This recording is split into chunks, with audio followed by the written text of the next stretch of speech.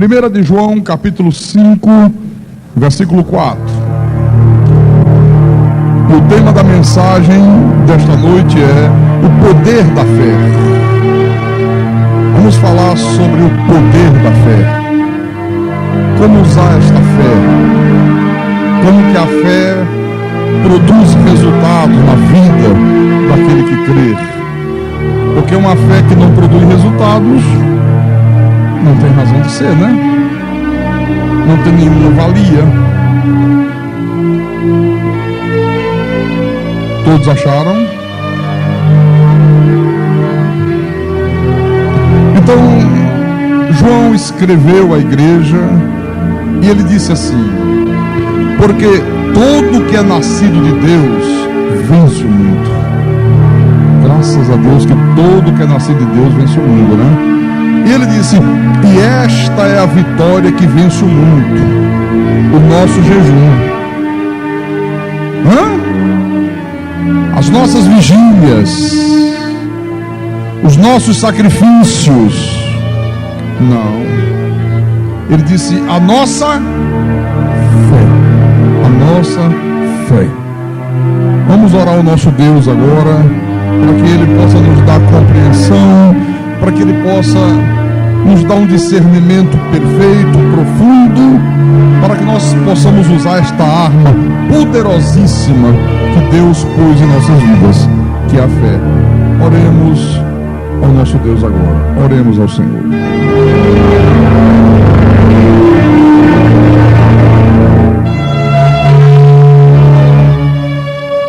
Senhor Jesus Cristo, nosso Deus e nosso Pai, como é bom, Senhor, saber que nós temos uma arma poderosa que é capaz de vencer o mundo inteiro, que é capaz de vencer as nossas lutas, que é capaz de vencer as nossas batalhas, que é capaz de derrotar todo e qualquer inimigo que se levante contra as nossas vidas. Que a fé que de uma vez por todas foi entregue aos teus santos. Que a fé que é só dos eleitos de Deus, que a fé que é dom do teu Espírito Santo, que é a fé bendita, a fé santíssima, a fé que o Senhor nos imputou graciosamente. E nós queremos nessa noite de quarta-feira, Santo Deus, aprendermos mais ainda acerca da fé, de como usarmos a fé, de como fazer da fé esta arma poderosa que nos faz pessoas mais do que vencedoras. Então fala à tua igreja, fala aos teus santos, fala aos teus pequeninos, aos teus eleitos. Usa-me como instrumento teu, como pastor que o Senhor mesmo vocacionou, e faça, Senhor, com que o teu nome seja glorificado através de tudo que for proclamado aqui desse altar. Eu te peço isso em nome de Jesus, em nome do Deus bendito, e que todos que creem digam amém. Diga graças a Deus. Diga graças a Deus. Vocês estão ouvindo bem aí? Está bom o som aí atrás? Meus irmãos, amado de Deus, pedras que vivem, olha como é importante nós entendermos isto. Todos nós que somos eleitos de Deus, todos nós que somos renascidos da semente incorruptível, nós temos uma arma poderosíssima que o próprio Deus, na sua manifestação do Espírito Santo, nos outorgou, que é a nossa fé. A nossa fé, a minha fé, a tua fé é capaz de vencer tudo nesta terra. Com a tua fé, meu irmão, você pode vencer uma doença, você pode vencer uma crise financeira. Com a tua fé, você pode fazer com que uma porta fechada se abra. Você pode colocar qualquer gigante que se levante contra a tua vida por terra. Você pode resolver um problema de família. Você pode resolver tudo. A fé é tão poderosa e ela é tão eficaz quando você a usa de uma maneira correta, que a Bíblia mostra que através do poder da fé, Homens estabeleceram reinos, homens derrotaram exércitos poderosíssimos, homens conseguiram vencer a violência do fogo. Através desse poder da fé aqui, homens enfrentaram gigantes e saíram vitoriosos. Eles abriram o Mar Vermelho, eles foram curados de doenças. Através do poder da fé, pessoas obtiveram prosperidade. Nações inteiras se tornaram nações prósperas. Agora, eu pergunto, o que tem acontecido, meus irmãos, que nós não temos visto mais acontecer nos dias de hoje?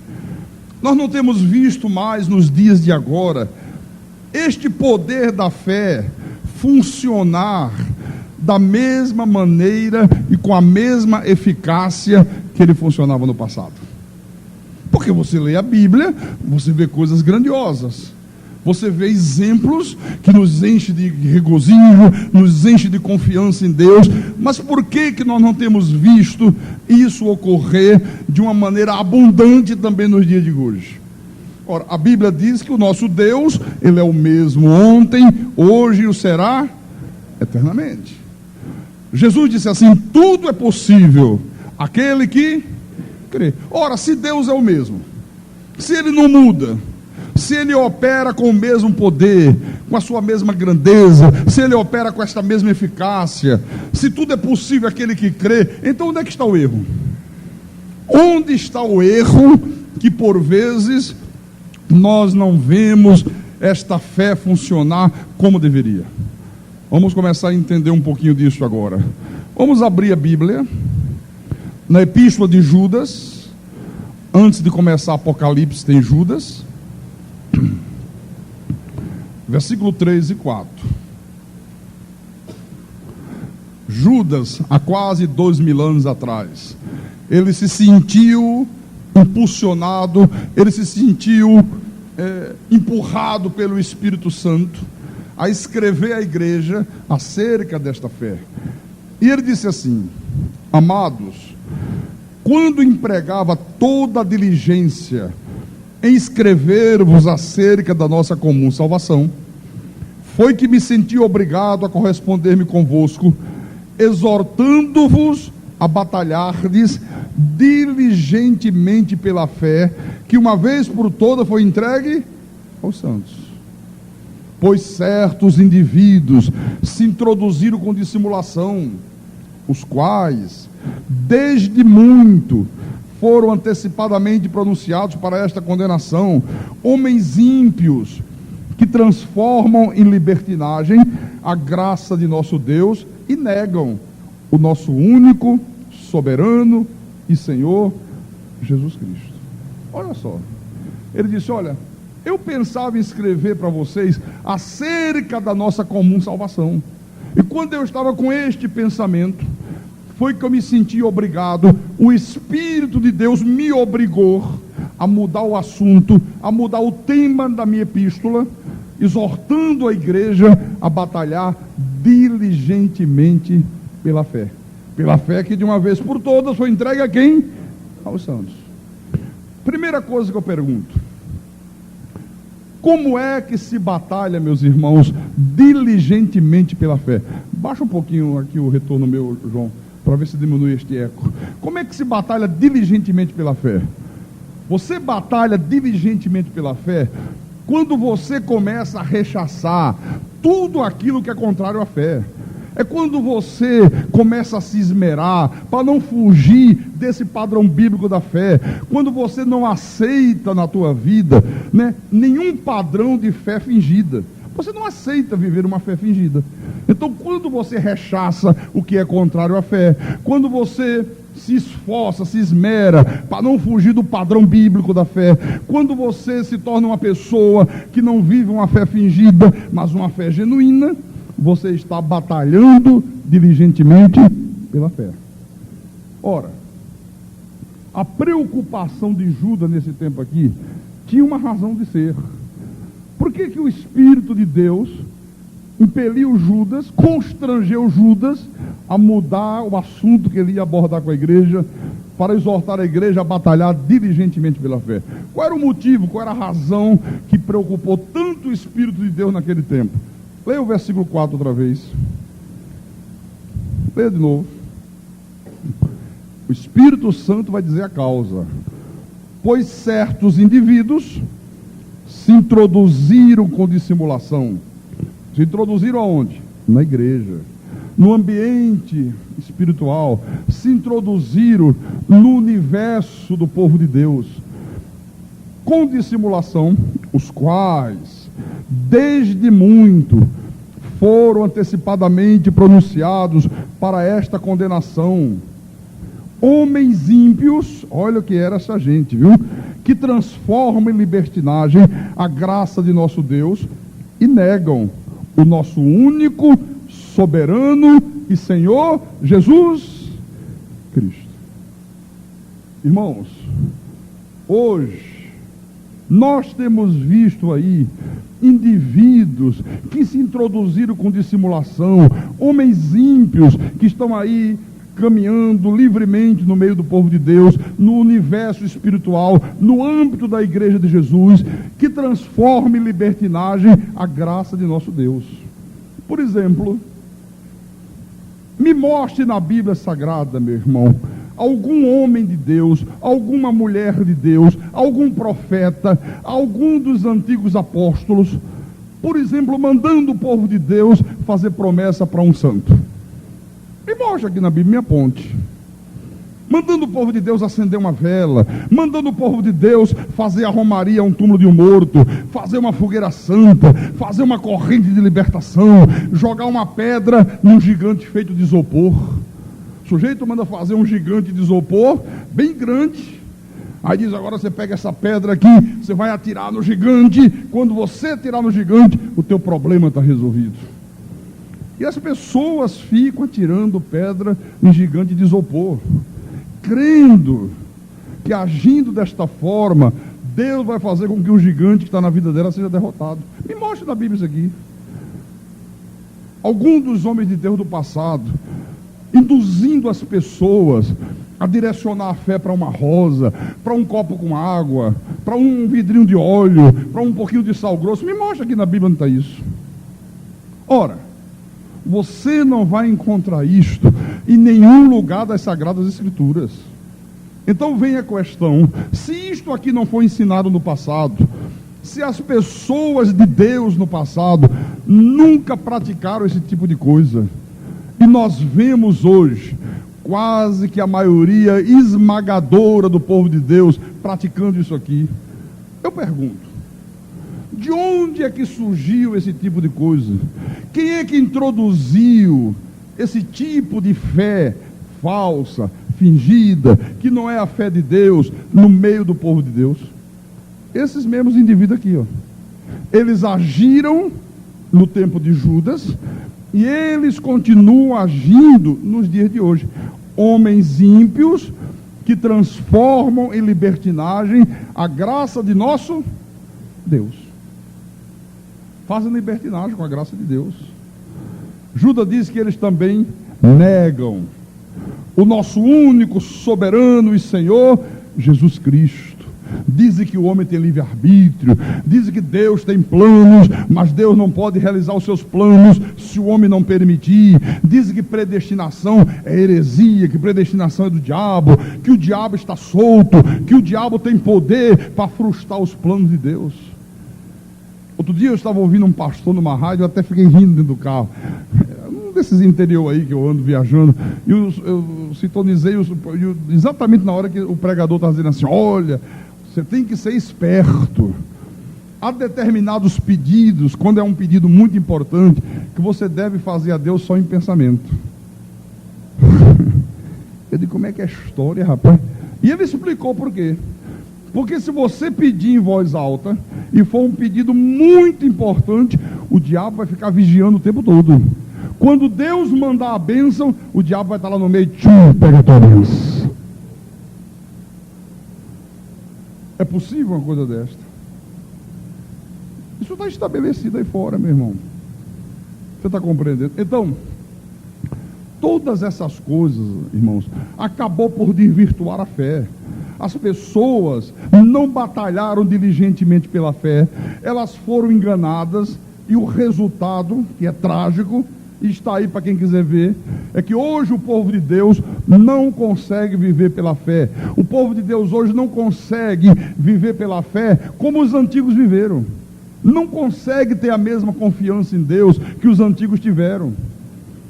Olha, nós vamos, a partir dessa noite e nos próximos cultos, ensinar a igreja a batalhar diligentemente pela fé, mas pela fé que a Bíblia diz de uma vez por todas foi entregue aos santos de Deus. Ela não foi entregue a qualquer um, ela não foi entregue aos espíritas, ela não foi entregue aos idólatras, ela não foi entregue aos budistas, ela só foi entregue aos santos de Deus. Paulo disse: a fé não é de todos, ela é dos eleitos de Deus. Então, esta fé santíssima, esta fé de Deus, olha, ela é uma fé, meu irmão, que tem que gerar na tua vida certeza, ela tem que gerar na tua vida convicção. Paulo disse aos Hebreus: a fé é a certeza de coisas que se esperam, é a convicção de fatos que se não vê. Ela tem que gerar segurança na tua vida. Você tem que pegar esta fé e direcioná-la totalmente para a palavra de Deus. Se você direcionar a tua fé para aquilo que está escrito aqui na Bíblia, se você direcionar a tua fé para o poder do Deus Criador dos céus e da terra, se você direcionar a tua fé para esse Deus que a Bíblia diz é o Todo-Poderoso, olha, Deus vai fazer coisas grandes na tua vida, em nome do Senhor Jesus Cristo. Agora, eu quero que você saiba algumas coisas importantes. Por exemplo, a primeira coisa que eu quero que você saiba é, quando a Bíblia diz: o meu justo viverá pela fé, viver pela fé não é viver pela fé em qualquer coisa. Porque os falsos profetas, os falsos pastores, eles induzem o povo de Deus a fazer as coisas mais absurdas do mundo. E quando alguém diz: mas como é que é possível? Eles, não, é pela fé, é pela fé. A Bíblia diz: o justo viverá pela fé. Então, manda a pessoa crer em objeto, manda a pessoa crer em rosa, manda a pessoa crer em água ungida, manda a pessoa acreditar em sal grosso. Eles, não, é pela fé. Não. Viver pela fé não é viver pela fé em qualquer coisa. Não é viver pela fé numa rosa, não é viver pela fé numa vela acesa, não é viver pela fé numa corrente, não é viver pela fé nessas coisas. É viver pela fé na palavra de Deus, é viver pela fé nas promessas de Deus, é viver pela fé no poder sobrenatural de Deus. Então esta é a primeira coisa que você tem que saber. Segundo lugar, você tem que ser uma pessoa determinada. Olha, isso aqui é muito importante. Hoje, irmãos, o que mais falta no povo de Deus e na sociedade de uma maneira geral são pessoas determinadas. Falta determinação hoje nas pessoas. Por exemplo, às vezes você ouve alguém dizer assim: a partir de hoje eu não vou mais beber. Pessoa que bebe: tomei uma decisão, não boto mais uma gota de álcool na boca, a partir de hoje acabou. Ela está cheia de decisão, né? Parece que está cheia de determinação. Aí fica um dia sem beber, 2 dias, 3 dias, no 4º dia, lá está a pessoa bebendo de novo. Lá está aquela pessoa que disse que não ia mais beber, bebendo outra vez. Às vezes você vê pessoas que estão dentro da igreja, fazem votos a Deus. Às vezes a pessoa vinha vivendo uma vida relaxada. Eu lembro que na outra quinzena, numa das pregações aqui, eu conclamei no último domingo antes de eu viajar. Fizemos um apelo para as pessoas virem à frente, renovar os seus votos com Deus, né? Prometer a Deus levar a sério a vida espiritual, não faltar cultos, estudar a Bíblia, viver uma vida de santidade, orar, ser fiel a Deus nos dízimos, ser fiel a Deus nas ofertas. E às vezes a pessoa está dentro da igreja e ela diz: a partir de hoje não faltam mais cultos.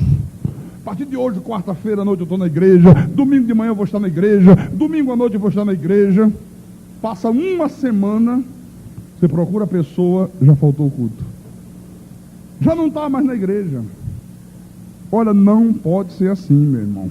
A fé, para funcionar, ela exige daquele que a tem uma determinação. esta falta de determinação tem sido a causa, irmãos, de você ver dentro da igreja de Jesus Cristo tantas pessoas fracassadas, tantas pessoas vivendo uma vida infeliz, tantas pessoas de Bíblia debaixo do braço e sem nenhuma perspectiva de vida. A falta de determinação. Então, se você quer que a tua fé funcione, a primeira coisa que você tem que ser uma pessoa determinada. Se você não for uma pessoa determinada, meu irmão, olha, a tua fé não vai funcionar. Uma pessoa determinada, ela confia em Deus, mas ela confia nela também. Sabe? Ela é determinada, ela sabe que Deus é com ela, ela sabe que Deus não falha, ela sabe que se ela for perseverante, ela sabe que se ela for em frente, Deus vai lhe dar vitória em nome do Senhor Jesus. Salomão, quando escreveu Provérbios, ele disse uma coisa aqui importantíssima, que eu quero te mostrar agora. Provérbios capítulo 23, versículo 7. Veja o que disse aqui o sábio. Ele disse assim, primeira parte do versículo, né? Porque, como imagina em sua alma, assim ele é. Olha só. Como imagina em sua alma, assim a pessoa é. Quer dizer que aquilo que você imagina de Deus, aquilo que você imagina da palavra, aquilo que você imagina de você mesmo, olha, é o que você é. Se você imagina um Deus poderoso, se você imagina um Deus soberano, se você imagina um Deus que pode todas as coisas, um Deus que nunca falha, um Deus que está contigo todos os dias, um Deus que te conduz em triunfo, se você imagina uma palavra que não volta vazia, uma palavra poderosa, se você imagina você mesmo uma pessoa firme, uma pessoa predestinada, uma eleita de Deus, uma pessoa mais do que vencedora, olha, é exatamente isso que você será. É exatamente isso que ele está dizendo aqui. Então, se você começar a partir desta noite a tomar atitude de fé, se você começar a partir de hoje a não se acovardar, a não ficar parado, a não ter medo de enfrentar a vida, se você começar a partir dessa noite a não ter dúvidas, mesmo que você olhe em redor e tudo pareça contrário, tudo pareça que não vai ser possível você obter a vitória, mas você não tiver dúvida, você confiar obstinadamente em Deus, você será uma pessoa vitoriosa em nome de Jesus. Deus vai te conceder a vitória. Olhe para o passado bíblico. O povo de Deus no passado, irmãos, era um povo que tomava atitudes, eles não se acovardavam, eles não ficavam parados diante das circunstâncias. O povo de Deus no passado não tinha medo de enfrentar a vida, eles não tinham dúvidas no coração. O povo de Deus no passado era um povo vitorioso, porque era um povo determinado. Falta isso nos dias de hoje. Vou dizer para você, quando Deus abençoou Abraão, Deus já nos abençoou em Abraão. A Bíblia diz que nós fomos abençoados com o nosso pai Abraão. Então, se nós já fomos abençoados, o que falta a gente fazer? Tomar posse da bênção. Ele já te abençoou. Todas as bênçãos que Deus imputou a Abraão passou a ser a nossa herança. É a minha herança, é a tua herança. Então você tem que tomar posse da herança. A herança já é tua. Você só tem que tomar posse dela. E como é que se toma posse, pastor? Através da fé. Através do viver a fé de acordo com a palavra de Deus.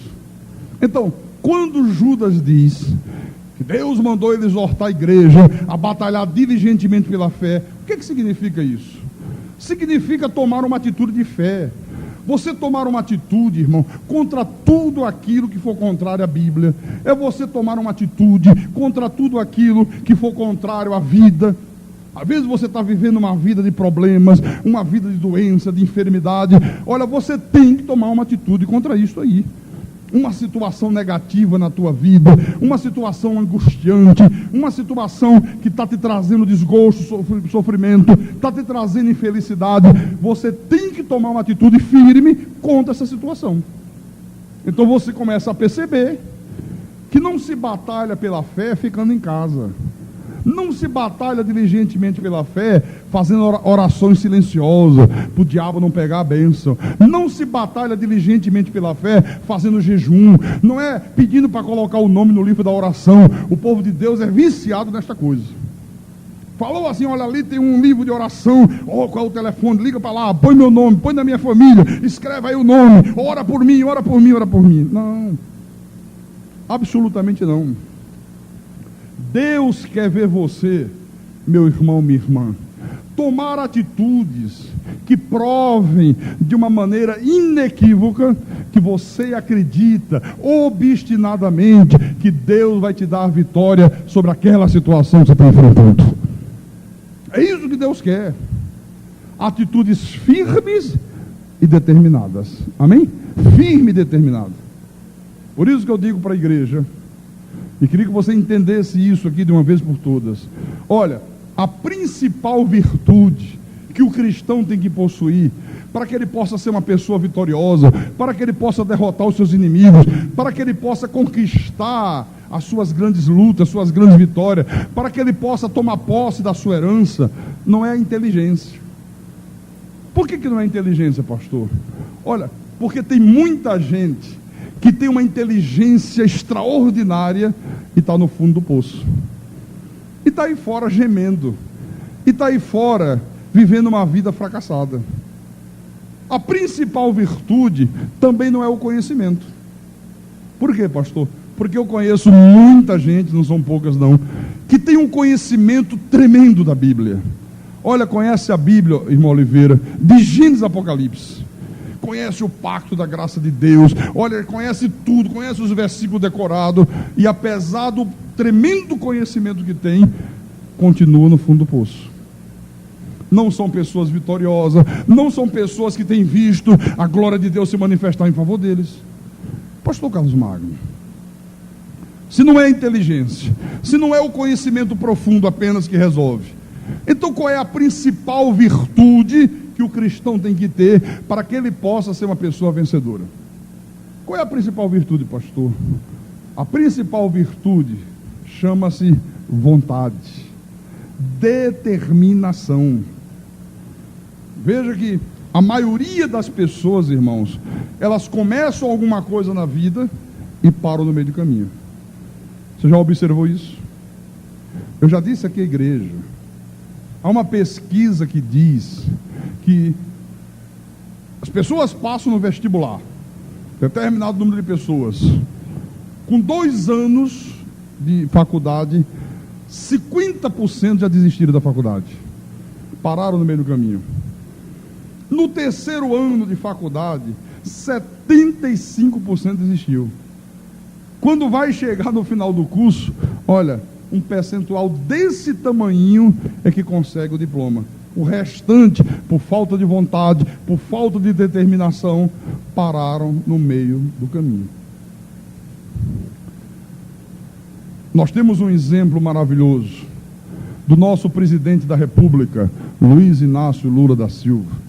Hoje fica todo mundo maravilhado, um simples operário, um simples torneiro mecânico, conseguiu chegar à presidência da República do Brasil, está aí o homem sendo aclamado no mundo inteiro como sendo um grande estadista, e fica todo mundo maravilhado.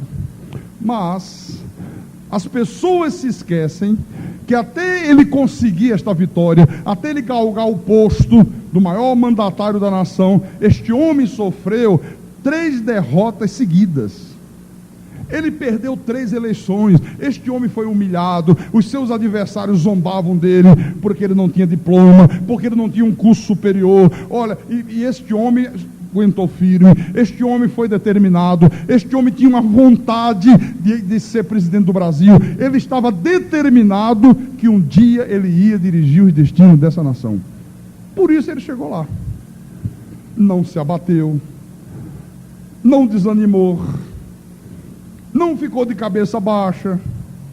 Olha, irmãos, se você não tiver vontade de vencer, se você não for um homem ou uma mulher determinada a vencer, você não vai vencer nada. Nada vezes nada.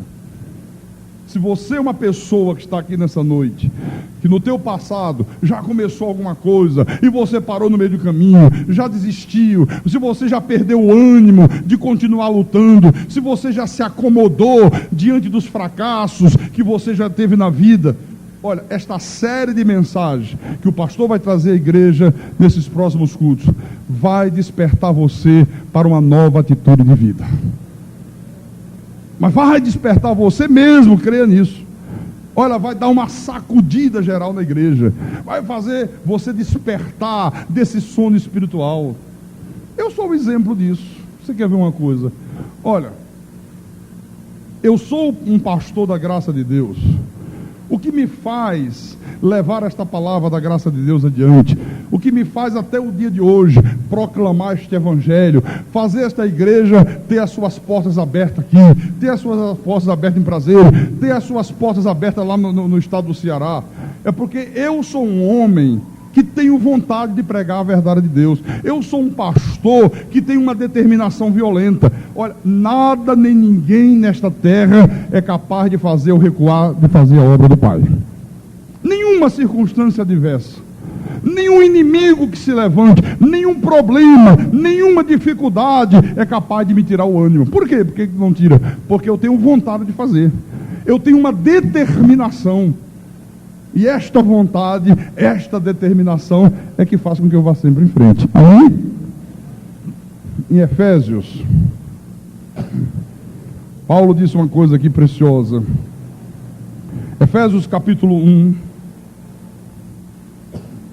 versículo 17. Paulo disse assim: para que o Deus de nosso Senhor Jesus Cristo, o Pai da glória, vos conceda espírito de sabedoria e de revelação no pleno conhecimento dele, iluminados os olhos do vosso coração, para saberdes qual é a esperança do seu chamamento, qual a riqueza da glória da sua herança nos santos, e qual a suprema grandeza do seu poder para com os que cremos, segundo a eficácia da força do seu poder. Quer dizer que há uma riqueza. A Bíblia diz que há uma herança. A Bíblia diz que há uma glória, meu irmão. Então você tem que ter uma vontade, tem que desejar de uma forma tremenda, meu irmão, fazer alguma coisa para que isto aqui aconteça na tua vida, em nome do Senhor Jesus Cristo. Amém? Você tem que crer que a suprema grandeza do poder de Deus, como ele diz aqui, opera em favor da tua vida quando você crer, quando você tem vontade, quando você se torna um homem ou uma mulher determinada. Aí esta suprema força do poder de Deus vai se manifestar em favor da tua vida, em nome do Senhor Jesus Cristo. Então eu quero dizer para você, nesta noite, olha, esquece o teu passado, esqueça os teus fracassos de ontem, esqueça, sabe, irmão, comece tudo do novo, comece a viver o agora, comece a viver o hoje, comece a viver o aqui, não fique mais remoendo o passado, não fique mais, mas pastor, olha, eu sofri uma derrota terrível no passado, pastor, porque no passado eu comecei e parei no meio do caminho, porque aconteceu isso. Não esqueça isto, por favor. Você sabe o que Paulo disse aos Coríntios? Vou te dizer, 2 aos Coríntios, capítulo 5. Você agora é uma pessoa que está em Cristo, e toda pessoa que está em Cristo, ela não pode mais ficar presa ao passado. Então diz assim, capítulo 5, versículo 17: e assim, se alguém está em Cristo, é nova criatura. As coisas antigas já passaram, eis que se fizeram novas. Olha, as coisas antigas já passaram, derrotas, fracasso, as dúvidas, os medos, a fraqueza, aquele espírito de comodismo, aquela insegurança, aquele desestímulo que por vezes estava na tua vida. Tudo isso tem que ficar para trás, não pode mais existir na tua vida. Você hoje está em Cristo. Ele disse: eis que se fizeram novas. Quais foram as coisas novas que ocuparam o lugar das coisas velhas que já ficaram para trás? Vitória, segurança, confiança absoluta em Deus, força, atitudes firmes, ânimo. Isto é que são as coisas novas que tem que existir na tua vida a partir do momento que você passou a ser uma pessoa que está em Cristo. Então esquece o passado, meu irmão. Passado é passado. Passado é passado. Os estudiosos dizem, aquelas pessoas que fazem estudo, que fazem pesquisas, né? Que fazem levantamentos, que vivem estudando essas coisas, ele diz o seguinte, que o ser humano, de uma maneira geral, ele gasta 70% do seu tempo pensando no passado. Sabe disso, né, João Oliveira? A psicologia fala muito disso. Gasta 70% do seu tempo. Você já imaginou isso? Pensando no passado. Ah, porque se eu soubesse, eu não teria feito isso, não teria feito aquilo. Ah, que se eu soubesse, eu não teria me casado com fulano, eu não teria me casado com Beltrano. Sabe? E vai gastando 70% do tempo pensando no passado. Não adianta. O passado é passado, não pertence mais a você. Você não pode fazer mais nada, é o passado, meu irmão. Está gastando tempo à toa. Mas esses mesmos estudiosos também dizem que o homem gasta 25% do seu tempo pensando no futuro. Isso não é impressionante? 70% pensando no passado, 25% pensando no futuro. Nós, da graça de Deus, nós que temos olhos iluminados, nós já conhecemos a plenitude da verdade de Deus, nós já sabemos que o futuro não nos pertence. O futuro pertence a quem? A Deus. Então, se você ficar pensando muito no teu futuro, sabe o que vai acontecer? Você vai se tornar uma pessoa ansiosa. Toda pessoa que está muito preocupada com o futuro, fica pensando muito no futuro, olha, ela se torna uma pessoa cheia de ansiedade. Será que eu vou conseguir passar no vestibular? Vestibular, vai fazer vestibular daqui a 3 anos. Já está preocupado hoje, será que eu vou passar? Será que quando chegar lá no meu tempo, será que eu vou conseguir ter uma família? Será que eu vou conseguir ter a minha casa própria? Será que eu vou conseguir passar no concurso? Será que eu vou conseguir ter o meu automóvel? Olha, isso vai gerando dúvida, isso vai gerando ansiedade, isso vai gerando na vida da pessoa um pessimismo violento. Isso é triste. Tem pessoas, irmãos, que não conseguem ir em frente, que não conseguem obter grandes vitórias, não conseguem viver como pessoas vitoriosas, porque elas vivem completamente acorrentadas ao passado e ao futuro. A vida está acorrentada, sabe? Ao passado e ao futuro. Olha, Deus quer que você cuide do teu presente. Você tem que gastar não apenas 5% do teu tempo pensando no presente, que é o que as pessoas gastam. 70% pensando no passado, remoendo o passado, pensando no ontem. 25% pensando no futuro. E 5% apenas pensando no hoje, pensando no presente. Não, você tem que gastar todo o teu tempo, meu irmão, com o teu hoje, com o teu agora, não é com o teu passado, não é com o teu futuro. Porque se você não fizer isto, você vai passar pela vida sem viver. Você vai apenas vegetar na tua vida. Olha, eu vou dizer uma coisa para você. Toda pessoa que deixa de viver o presente, ela vai gerar para ela própria um péssimo futuro. Toda ela. Deixou de viver o teu hoje, deixou de viver o presente, o aqui e o agora, você vai gerar um péssimo futuro para a tua vida. Por isso você tem que amar mais o teu filho hoje. Ame mais o teu filho hoje, não é amanhã não. Ame o teu marido, ame a tua esposa. Você precisa conversar com o teu filho nos dias de hoje. Gaste tempo, sabe? Conversando com o teu filho hoje. Porque às vezes o filho procura o pai, o filho procura a mãe. Diz, papai, eu preciso conversar com o senhor, eu preciso ter uns conselhos, precisamos trocar umas ideias. E aí o pai e a mãe estão sempre muito atarefados. Diz, não, meu filho, papai está muito ocupado hoje. Vamos deixar isso para amanhã. Aí chega amanhã, o filho vem de novo. Não, vamos deixar para o final de semana. E vai passando o tempo, e ele nunca tem tempo para o filho. Está sempre adiando as coisas para o futuro.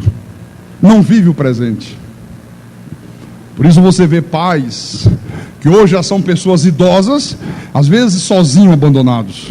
Aí fica ligando para a casa dos filhos: poxa, você esqueceu seu pai, né? Não ama mais o papai. Poxa, está vendo o papai aqui sozinho. Quanto tempo que você não aparece aqui? Sabe por quê? Porque quando os filhos mais precisaram daquele pai, eles estavam sem tempo para os filhos. Não viveram o presente. Ficaram adiando o presente, jogando lá para o futuro. Olha, viva o teu hoje, meu irmão. Converse com teu filho hoje. Olha, faça carinho na pessoa que você ama. Afague a tua esposa, afague o teu marido. Se você tem consideração pelo teu pastor, demonstre essa consideração, demonstre este amor hoje. Não lance lá para frente, não. Viva o hoje. Porque amanhã pode ser muito tarde. Amanhã você pode não ter mais tempo para isso. Eu mesmo digo uma coisa para você: como eu queria, meu irmão, ter amado mais o meu pai. Como eu queria ter dedicado mais tempo ao meu pai. Como eu queria ter tido mais tempo para conversar com meu pai, para trocar ideias com meu pai. Meu pai era um homem tão bom. Meu pai era um homem tão maravilhoso, era um homem que gostava de conversar, mas eu não tinha tempo para o meu pai. Durante quase 15 anos que eu vivi na seita universal do Reino de Deus, olha, eu só via o meu pai esporadicamente. Nós temos uma diaconisa aqui na igreja. Ela hoje deve estar trabalhando, dona Terezinha. Está aqui? Ah, está lá na livraria, abençoada, Pedra que Vive. Ela é um exemplo disso que eu estou falando. O filho dela é bispo da Universal, bispo Jair. Quanto tempo faz que o seu filho não liga para a senhora? Perdeu a conta já, né? Faz anos. Não liga, não vem visitar a mãe. Porque o sistema da seita faz isso. Por isso que eu disse aqui para você: eu passei 15 anos da minha vida vendo os meus pais esporadicamente. Meu pai faleceu, né? De repente teve um ataque cardíaco fulminante, e agora não adianta mais, já passou, sabe? Aquilo que eu devia ter vivido naquele presente eu não vivi. Então o que importa para a vida, irmão, é o hoje. Se você quer mandar flores para alguém que você gosta, mande hoje. Que as pessoas têm mania só mandar flores quando morrem, né? Passa a vida inteira não manda um botão de rosa para ninguém. Aí a pessoa morreu, aí gasta um dinheiro, aquelas coroas lindas. O que adianta? O morto não está nem vindo mais fulaninha, rapaz. Mas é verdade ou não é verdade? Não adianta, precisa mandar coroa nenhuma, precisa mandar flor, está morto, é defunto ali, não adianta mais. Às vezes o filho não é capaz de dar um beijo no pai. Quando é filho homem, então é uma tragédia, né? Negócio de homem, não. É verdade, às vezes eu chego pro meu filho, dá um beijinho. Pai, ô pai, ô pai, ô pai. É. A menina, a Renata, vem, beijo, abraça a filha. Às vezes passa a vida inteira o filho sem dar um beijo no pai. Aí chega amanhã, o pai morre. Aí fica beijando o defunto do caixão, não quer mais largar. Mas é verdade ou não é? Quem chegou a hora do enterro, não, papai, não adianta. Por que você não beija hoje? Por que você não dá um beijo hoje? Então, você tem que tomar uma atitude hoje. Você tem que dizer assim, de uma maneira forte, de uma maneira decisiva: olha, eu quero vencer, eu vou vencer, eu desejo vencer, eu estou determinado a mudar a minha maneira de vida. Amém? Paulo disse aos Romanos, na epístola à igreja de Roma, capítulo 12, versículo 2. Olha o que ele diz aqui. Deixa eu molhar minha garganta, porque quando esse som está com um pouquinho de eco, minha garganta fica seca.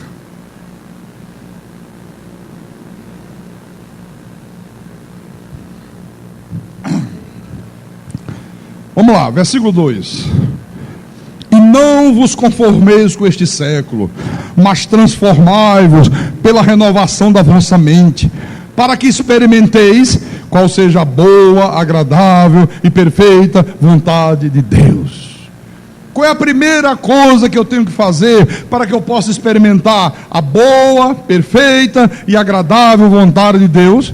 É não me conformar com aquilo que é contrário à vida. primeira coisa que eu tenho que fazer. Olha, não te conforme, irmão, em ganhar um salário mínimo. Não te conforme em viver uma vida sem dinheiro. Tem gente que diz assim: pastor, eu não vim ao culto porque eu não tinha o dinheiro da passagem. Ok. Pode acontecer de um dia, por um motivo qualquer, esporadicamente, ocorrer um problema qualquer. Rapaz, não é que eu estava sem dinheiro. Mas isto não pode se tornar uma rotina. Você não pode se conformar e viver assim.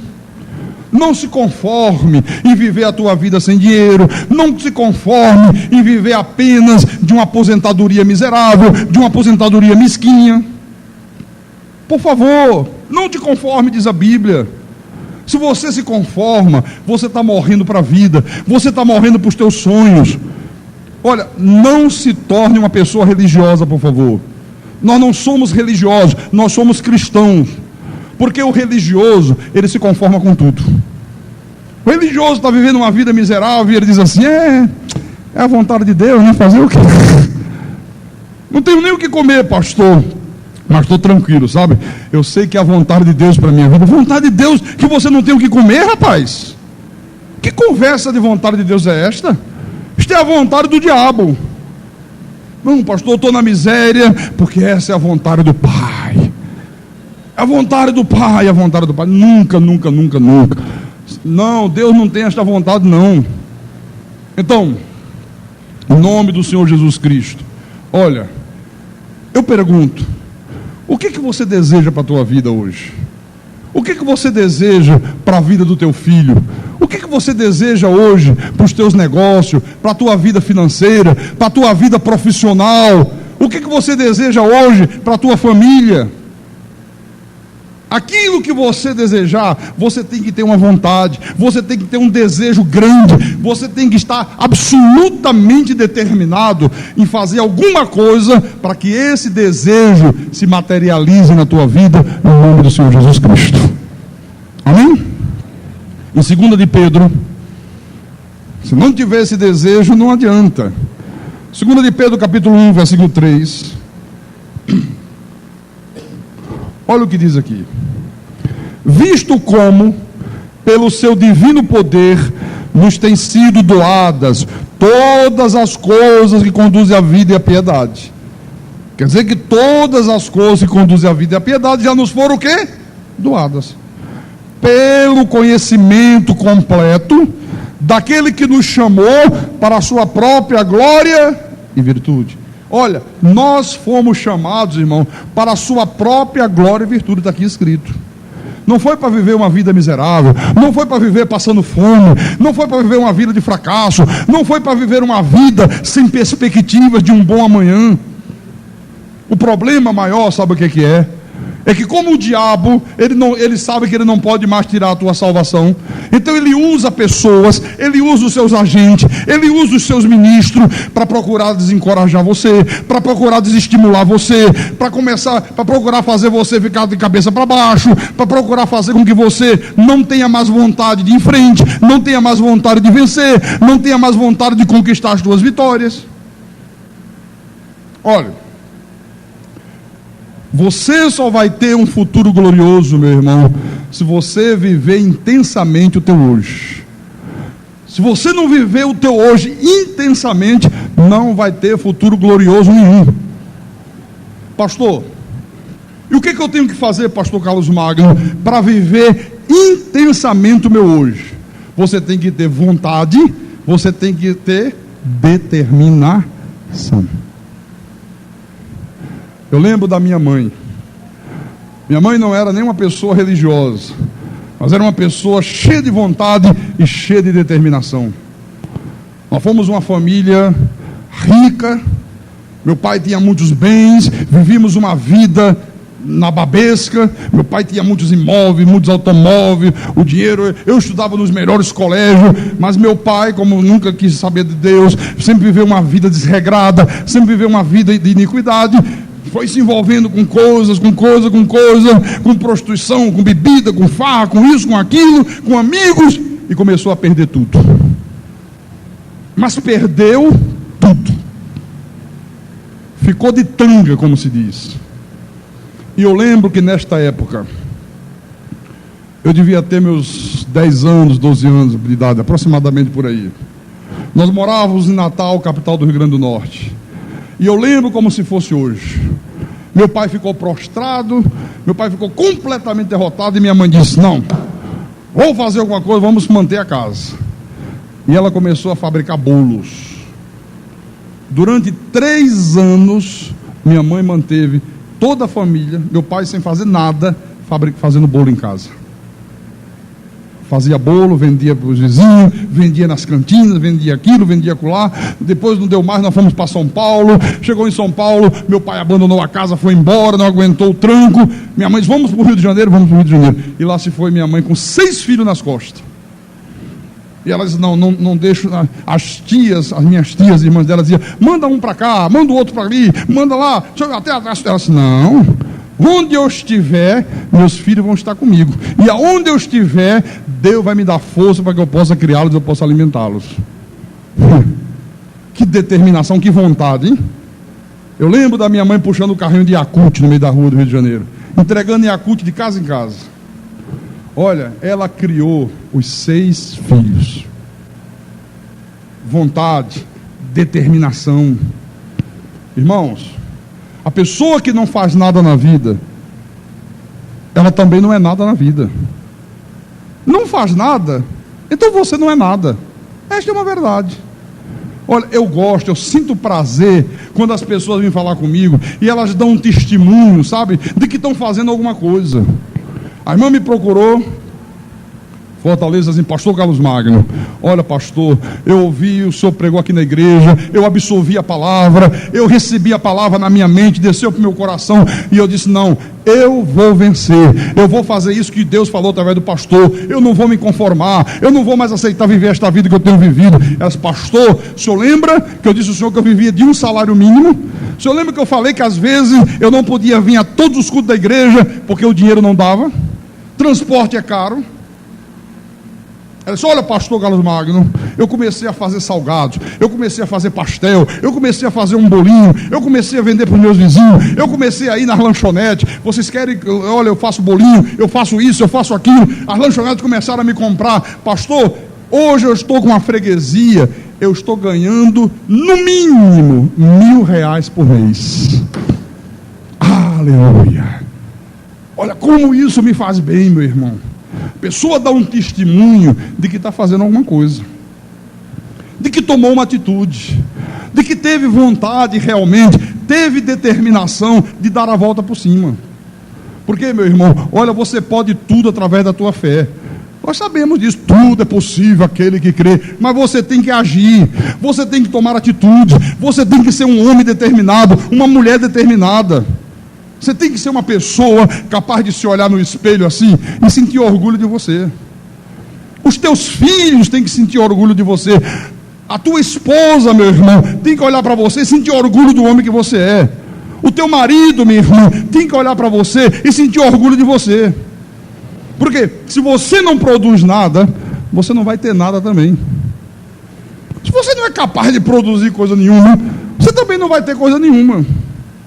E vou dizer uma coisa: quanto mais você batalha diligentemente pela fé, quanto mais você coloca em prática a tua fé, quanto mais você toma atitudes, quanto mais você é uma pessoa ousada, mais aumenta o teu crédito com Deus, mais você passa a ter crédito com Deus. Paulo disse isso aos Filipenses. Vamos ver.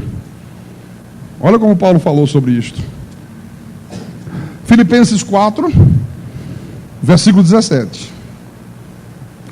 Olha o que ele disse aqui para os irmãos: não que eu procure o donativo, mas o que realmente me interessa é o fruto que aumente o vosso crédito. Aleluia. Olha, quando você vem à igreja, todos os cultos, quarta-feira à noite você está na igreja, domingo de manhã você está na igreja, domingo à noite você está na igreja, chega na última sexta-feira do mês, tem a reunião especial de oração e confissão, você está na igreja, tudo aquilo que Deus faz chegar às tuas mãos, você separa logo 10%, que é o dízimo de Deus. Quanto mais generoso você é nas suas ofertas, mais você está aumentando o teu crédito junto a Deus. Mais aumenta o vosso crédito, diz a Bíblia. Você está dando para Deus, para que depois Deus te devolva. Você tem crédito diante de Deus. Porque você não pode pedir nada a Deus se você não tem crédito com Deus, meu irmão. Ninguém vai te dar nada se você não tiver crédito. Quanto mais eu tomo atitudes de coragem, quanto mais eu tomo atitude determinada, quanto mais eu produzo frutos para Deus, mais eu tenho crédito com Deus. Na hora que eu precisar, Deus vai me conceder, porque eu tenho crédito junto a Ele. Amém? Então, veja, não te conforme, meu irmão, mas não te conforme mesmo em viver uma vida diferente disso que eu estou te dizendo. Não te conforme, não aceite, por favor. Porque quando Pedro escreveu a segunda epístola dele, no capítulo 2, versículo 19, segunda de Pedro 2,19, ele disse assim: prometendo-os liberdade, quando eles mesmos são escravos da corrupção. Pois aquele que é vencido fica escravo do vencedor. Quer dizer, se você de repente é vencido pela doença, se você é vencido pelo fracasso, se você começa a ser vencido pelo desânimo, e você começa a se conformar com isto, a Bíblia diz: fica escravo do vencedor. Este vencedor aqui pode ser o álcool, este vencedor aqui pode ser as drogas, pode ser a prostituição, esse vencedor aqui pode ser um desejo impuro que a pessoa tem e vai se conformando com aquilo e vai se tornando escravo do vencedor. Esse vencedor aqui pode ser um salário mínimo, pode ser uma preguiça violenta que toma conta da pessoa e ela vai se acomodando e ela vai aceitando aquilo, se torna escravo do vencedor. Olha, qualquer pessoa aqui, se não vigiar, pode se tornar escravo do vencedor. Só que Deus, irmão, não nos chamou para ser escravo de vencedor nenhum. Deus não nos chamou para vivermos neste mundo como vencidos. Deus nos chamou para que nós possamos viver neste mundo como mais do que vencedor. Então não se conforme com fracasso, não se conforme, por favor, em viver uma vida medíocre, não se conforme de viver uma vida sem dinheiro, não se conforme de viver ganhando salário mínimo, não se conforme de viver uma vida com a mesa vazia. Não, você tem que se levantar, você tem que dar um soco na mesa, você tem que dar a volta por cima, você tem que dizer: não me conforme mais com esse tipo de vida em nome de Jesus. Ou você aceita viver a tua vida escravo de uma vida vazia, ou você aceita viver escravo de um salário mínimo. Sim ou não? Olha, até o não é devagar. É o não quase para cima. É aquele não que sai puxado a força, sabe? Não quer sair, vem arrancar. Ou você aceita viver escravo de doença, ou você aceita viver escravo, meu irmão, de uma vida cheia de necessidades. Não. Deus nos chamou para que nós possamos viver neste mundo como cabeça. Deus nos chamou, irmão, para que nós possamos participar da sua glória, para que nós possamos participar da sua virtude, para que nós possamos participar do seu grande poder. Esta é a tua chamada, esta é a minha chamada. Então acredite em Deus, mas acredite em você também. Você tem que acreditar em você mesmo. Você é um vencedor, minha irmã. Você é um vencedor, meu irmão. Olha, você é um predestinado. Deus te predestinou a este mundo. O Senhor é contigo. O Senhor sempre te conduz em triunfo todos os dias da tua vida. A maioria do povo de Deus vive aí uma vida fracassada porque não acredita nisso não. Não acredita nem que os milagres acontecem hoje. Você sabe que tem ministérios que dizem assim: não, o tempo de milagre já acabou, isso foi naquele tempo. Eles não creem, eles não acreditam que Deus é o mesmo ontem, hoje e o será para todos. Olha, nós acreditamos. Eu acredito nisto. Por isso que eu não me conformo, irmão. Eu sou um eterno inconformado. Eu não me conformo. Eu não me conformo da gente não ter programa de rádio. Eu não me conformo da gente não ter uma igreja se expandindo por aí afora. Olha, eu sou um eterno inconformado com isso. Não aceito isto. Porque no dia que eu me conformar, eu me tornarei escravo do vencedor. E eu não vou fazer isto. Eu quero terminar mostrando um exemplo maravilhoso, que está lá no livro do profeta Neemias. Está no Velho Testamento. Neemias, ele era um copeiro do rei. Ele estava no exílio, estava como escravo. E no capítulo 1 de Neemias, versículo 3, diz assim: disseram-me, olha o que disseram para ele. Ele procurou saber notícia do seu povo, saber notícia da sua cidade, que era Jerusalém, saber notícia dos seus irmãos, né? E diz assim: os restantes que não foram levados para o exílio e se acham lá na província, estão em grande miséria e desprezo. Os muros de Jerusalém estão derribados e as suas portas queimadas. Olha só, esse homem aqui, Neemias, ele era um simples copeiro do rei. Simples copeiro. De repente ele recebeu uma visita e disse: como é que está lá os nossos irmãos? Como é que estão os meus patrícios? Como é que está o nosso povo? Disseram: olha, Neemias, aqueles que não foram levados cativos estão lá na província, mas eles estão em grande miséria e desprezo. E a cidade de Jerusalém, como é que está? Olha, os muros de Jerusalém estão derribados, as suas portas estão queimadas. Só desgraça, só miséria. Eu pergunto para você: você já viu alguém tomar partido de quem está na miséria, de quem está vivendo uma vida de desprezo? Você já viu alguém querer tomar a frente de uma coisa que está destruída? Muros derribados, portas queimadas. Porque quando tudo está correndo bem, quando há dinheiro, sabe? Quando está chovendo na horta, olha, todo mundo quer ficar do teu lado. Todo mundo quer assumir a paternidade da criança. Todo mundo quer ser o pai. Quando você está por baixo, quando você não tem dinheiro, quando a situação está preta, quando a tempestade está violenta, não aparece um nem para dar bom dia. As pessoas veem você, troca de calçada, para nem cumprimentar você. Na vida acontece isso. Este homem aqui, Neemias, ele ouviu, ele deve ter visualizado na sua mente a situação. Ele disse: não, eu tenho que reagir, eu tenho que tomar uma atitude, eu não posso ficar aqui conformado com isso que eles estão me dizendo.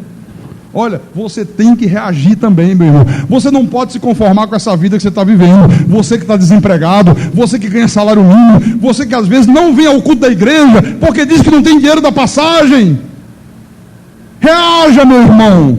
Tome uma atitude, não te conforme em viver desta forma.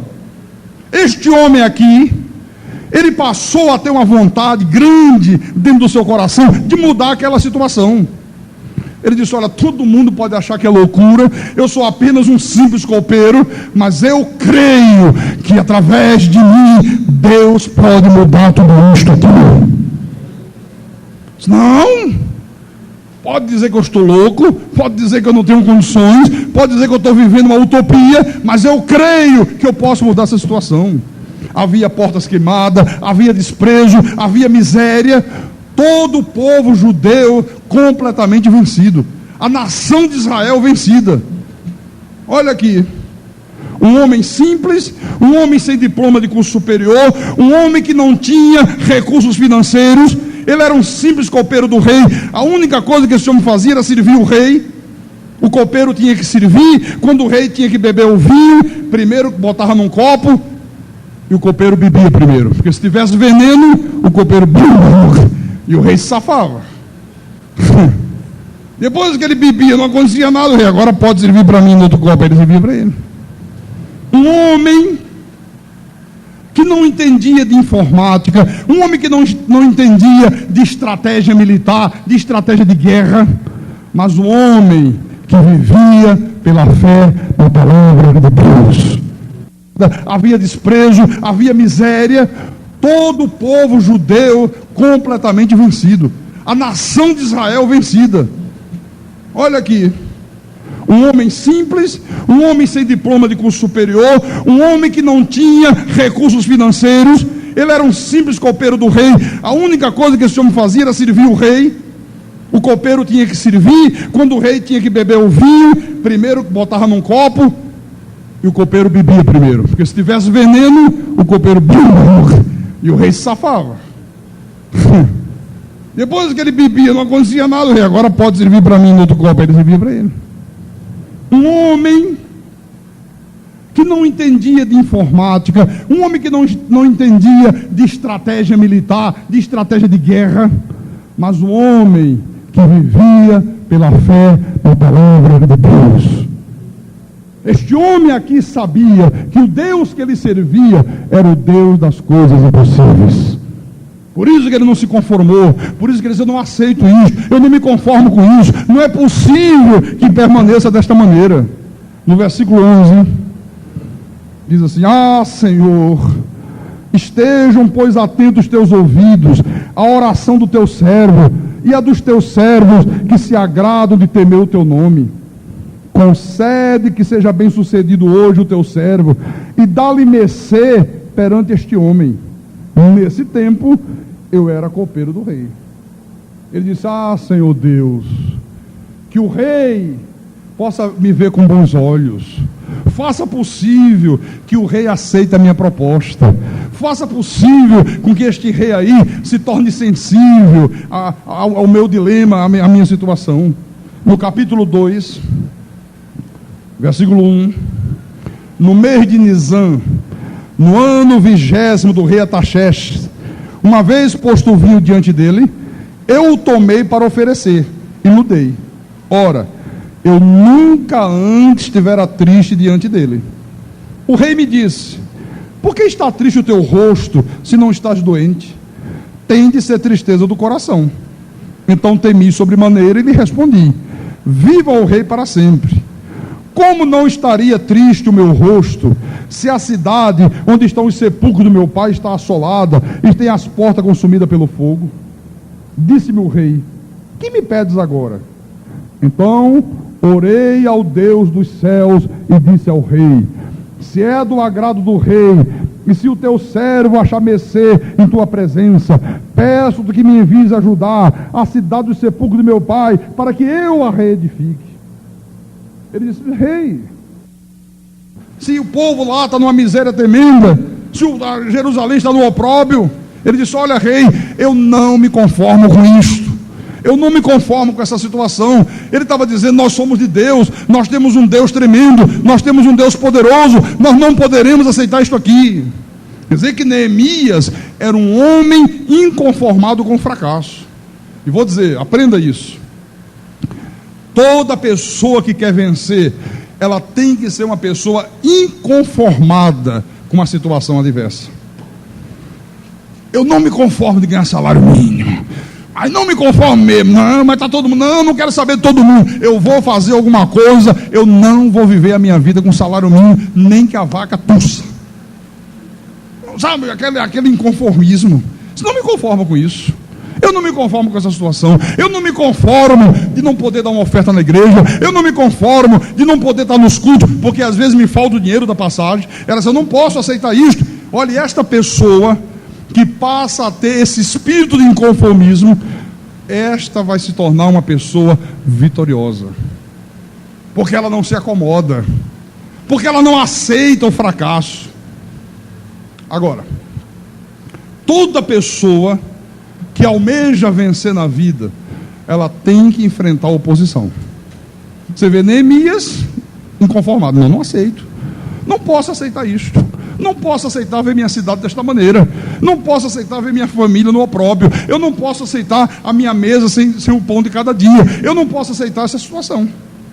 E eles: não, eu vou reconstruir a cidade, eu quero que o Senhor permita que eu vá lá ajudar para que eu possa reconstruir. Ele não disse: eu vou tentar, não. Ele disse: eu vou reconstruir. Eu vou reconstruir. Sempre enfrenta oposição, eu disse. Versículo 10. Disto ficaram sabendo Sambalate, o horonita, e Tobias, o servo amonita. E muito lhe desagradou que alguém viesse a procurar o bem dos filhos de Israel. Você vê? Logo apareceram pessoas tentando fazer Neemias desistir. Às vezes isso aqui, olha, acontece na tua própria família. Às vezes só em você comentar que pretende fazer alguma coisa, já aparece pessoas, às vezes dentro da tua própria casa, que não se agrada de saber que você vai tentar conquistar aquilo. Isso é terrível aqui, ó. Olha, Neemias não desistiu. Olha, Sambalat e Oronita não estão se agradando, estão achando que não tem condições, que você não vai conseguir mesmo fazer isto, que é melhor você deixar do jeito que está, deixa o rei tomar alguma providência, você é apenas um copeiro. Não, eu vou fazer, não vou desistir, não vou desistir. Olha, irmãos, se eu tivesse desistido, diante de tantas afrontas, diante de tantos problemas, diante de tantos inimigos que eu tenho enfrentado ao longo desses 7 anos de pregação da graça de Deus, não haveria esta igreja aqui hoje. Não teria aqui no Nordeste nenhum pastor pregando o evangelho da graça de Deus. Não tem. O único que prega sou eu. Mas se eu tivesse desistido, olha, você, onde é que você estava agora? Numa seita? Ouvindo um falso evangelho? Lambendo o pó do chão? Se alimentando de mentiras? Mas sabe por que esta igreja existe? Sabe por que eu continuo pregando esta palavra? Porque eu nunca desisto. Eu nunca desisto, eu nunca desisto. No versículo 12, diz assim: então à noite me levantei e uns poucos homens comigo. Não declarei a ninguém o que meu Deus pusera no coração para eu fazer em Jerusalém. Não havia comigo animal algum, senão o que eu montava. Olha, tinha apenas uns poucos homens, mas ele tinha uma certeza de que Deus era com eles. Poucos homens, mas não tem problema. Mas eu tenho uma certeza que Deus é comigo. Eu tenho uma certeza que eu vou vencer. Versículo 17. Então lhes disse: estás vendo a miséria em que estamos? Jerusalém assolada, as suas portas queimadas. Vinde, pois, reedifiquemos os muros de Jerusalém e deixemos de ser o opróbrio. Irmãos, nós não fomos chamados para ser opróbrio. Você tem que ser uma pessoa vencedora. Seja um vencedor, seja um comerciante, seja um empresário. Olha, você tem que ser um profissional bem remunerado. Não aceite ser um profissional mal remunerado. Você tem que ter casa própria, você tem que ter outro automóvel, você tem que ter telefone celular, você tem que viver uma vida boa. Agora, você tem que chamar a responsabilidade para você. Porque tem gente que fica esperando pelos outros, né? Fica sempre adiando, fica sempre deixando para amanhã tomar a atitude de hoje. Você tem que ser o Neemias da tua casa, você tem que ser o Neemias da tua família, você tem que ser o Neemias da tua empresa, você tem que ser o Neemias do teu comércio, você tem que ser o Neemias da tua própria vida. E vou te dizer, mesmo que a situação esteja difícil, mesmo que exista no teu caminho um Sambalat e um Tobias, tentando desestimular você, tentando tirar o teu ânimo, tentando colocar obstáculo, não desista, porque Deus é contigo, meu irmão. Não desista, porque Deus é contigo. Aqui no versículo 18, olha o que diz: e lhes declarei como a boa mão do meu Deus estivera comigo, e também as palavras que o rei me falara. Então disseram: disponhamo-nos e edifiquemos, e fortaleceram as mãos para a boa obra. Olha só, um homem sozinho, um simples copeiro do rei, conseguiu motivar todo mundo. Olha aqui. Eu estou aqui esta noite, ocupando o púlpito desta igreja, irmãos, como Neemias, para motivar você. Eu tenho que motivar você a ser um vencedor. Eu tenho que motivar você a não aceitar viver uma vida medíocre. Eu tenho que motivar você a dar a volta por cima. Eu tenho que motivar você a tomar atitudes firmes, a ser uma pessoa determinada, para que Deus possa fazer coisas grandes na tua vida, em nome do Senhor Jesus Cristo. Eu tenho que ser esse motivador aqui da igreja. No versículo 20: então lhes respondi: o Deus dos céus é quem nos dará bom êxito. Nós, seus servos, nos disporemos e reedificaremos. Vós, todavia, não tendes parte, nem direito, nem memorial em Jerusalém. Olha, o Deus dos céus é que nos dará bom êxito. Se você se dispuser a estudar, estude. Faça aí um curso, vai estudar informática, vai estudar tricô, vai estudar costura, vai estudar esse negócio de cozinha, como é que chama? Culinária. Se você se dispuser a ser uma cozinheira, se você se dispuser a bordar, se você se dispuser a costurar, se você se dispuser a iniciar um negócio, mesmo que você tenha que começar pequeno, vendendo picolé, vendendo pastel, vendendo coxinha, eu vou te dizer, o Deus dos céus te dará bom êxito, meu irmão. O Deus do céu te dará bom êxito, vai fazer de você uma pessoa grande. Agora, se você não se dispõe a nada, entra semana, sai semana, entra mês, sai mês, entra ano, sai ano. Pastor, as portas não se abrem, sabe? A coisa está preta, a coisa está branca. Que preta? Está branca. Tu tens o poder da fé. Tu tens a arma que é capaz de vencer qualquer coisa neste mundo.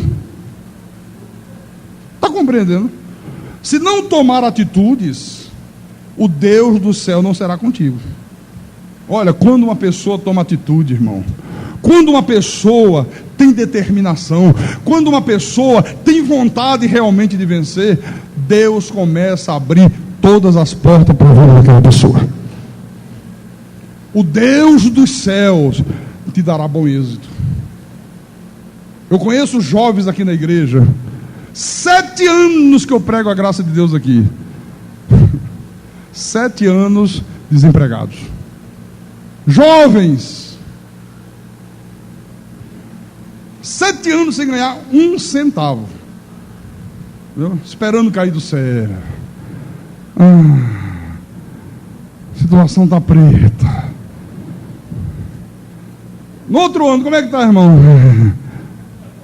Está mais preta ainda, pastor. Jovens, hein? Estou falando de jovens. Não é possível. Aí diz assim, mas cadê Deus? Cadê Deus? Não, cadê Deus não. Cadê a tua atitude? Cadê a tua vontade de vencer, rapaz? Cadê a tua determinação? A pessoa tem que ter determinação, tem que tomar atitude. Espera aí, chega! Eu tenho um Deus vivo, eu tenho um Deus todo-poderoso, eu tenho uma fé poderosa, eu vou tomar uma atitude, não aceito mais isso, eu vou ficar aqui na esquina, eu vou vender picolé ali, pega uma caixa de picolé, começa a vender picolé, o Deus do céu te dará bom êxito. Daqui a alguns meses, pastor, comecei a vender uma caixinha de picolé, depois passou por uma caixona, depois passou por um carro, pastor, não é que agora eu tenho várias pessoas vendendo para mim? E você, não vendo mais, agora estou só administrando a grana, sabe? Meu negócio agora é outro. Não é, minha irmã? Quer dizer, mas isso só acontece com a pessoa que tem vontade, com a pessoa que tem determinação. E para a gente fechar a mensagem dessa noite, eu quero deixar você com um versículo que está no livro do profeta Isaías. Isaías 45. Só para a gente concluir a palavra. Isaías capítulo 45, versículo 2 e 3. E Deus está falando com você nesta noite. E Deus está dizendo a você, rapaz, a você, moça, a você, senhor, a você, senhora, que se você tomar uma atitude, se você tiver coragem, se você não se conformar mais com esta vidinha que você está vivendo, Deus está dizendo, eu irei adiante de ti, endireitarei os caminhos tortuosos, quebrarei as portas de bronze e despedaçarei as trancas de ferro. Aleluia. Eu disse, tome uma atitude para você ver. Deus está dizendo: haja, tenha vontade, seja determinado, enfrente a situação, não aceite o opróbrio, não aceite a miséria, não aceite viver esta vida sem dinheiro, não aceite esta vida mesquinha. Eu irei adiante de ti, eu vou endireitar os caminhos tortuosos, eu vou quebrar as portas de bronze, eu vou despedaçar as trancas de ferro. No versículo 3: dar-te-ei os tesouros escondidos e as riquezas encobertas, para que saibas que eu sou o Senhor, o Deus de Israel, que te chama pelo teu nome. Aleluia. Olha, quer dizer que há tesouro escondido, quer dizer que há riquezas encobertas que Deus quer te dar, rapaz. Pastor, por que ele não está me dando? Porque Deus não faz aliança com gente acomodada. Porque Deus não vai adiante de quem não toma atitude.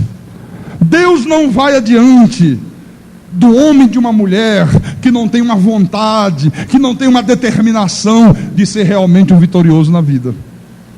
Se você for, Deus está dizendo: olha, eu vou te dar os tesouros escondidos, eu vou te dar riquezas que estão encobertas. Quem sabe haja um tesouro, haja uma riqueza grande, Deus querendo te dar uma casa própria, Deus querendo fazer de você um comerciante próspero, um grande empresário. Quem sabe Deus querendo fazer de você, sabe, o maior advogado deste país, fazer você ter um escritório grande, com a porção de advogado trabalhando para você. Mas você tem que desejar isso, você tem que ter vontade de ser isto. Se vocês: não, tá bom do jeito que eu tô tranquilo, sabe, tá dando para viver, tá dando para comer meu feijãozinho com arroz, eu vou juntando um dinheirinho aqui, daqui a 40 anos eu compro aí um golzinho 1.0, tá? Você não vai nem comprar gol, você vai levar um gol como é. Você está entendendo o espírito da coisa? Pastor, já tem um comércio, pastor, e você está conformado com isso? Não, queira que o teu comércio se torne maior ainda, queira fazer coisas grandes. Olha, o teu crescimento vai ser o crescimento da obra de Deus, você sabia? A tua riqueza vai ser a riqueza da igreja. A tua força vai ser a força do evangelismo, do evangelho da graça de Deus. Quem tem ouvidos, ouça o que o Espírito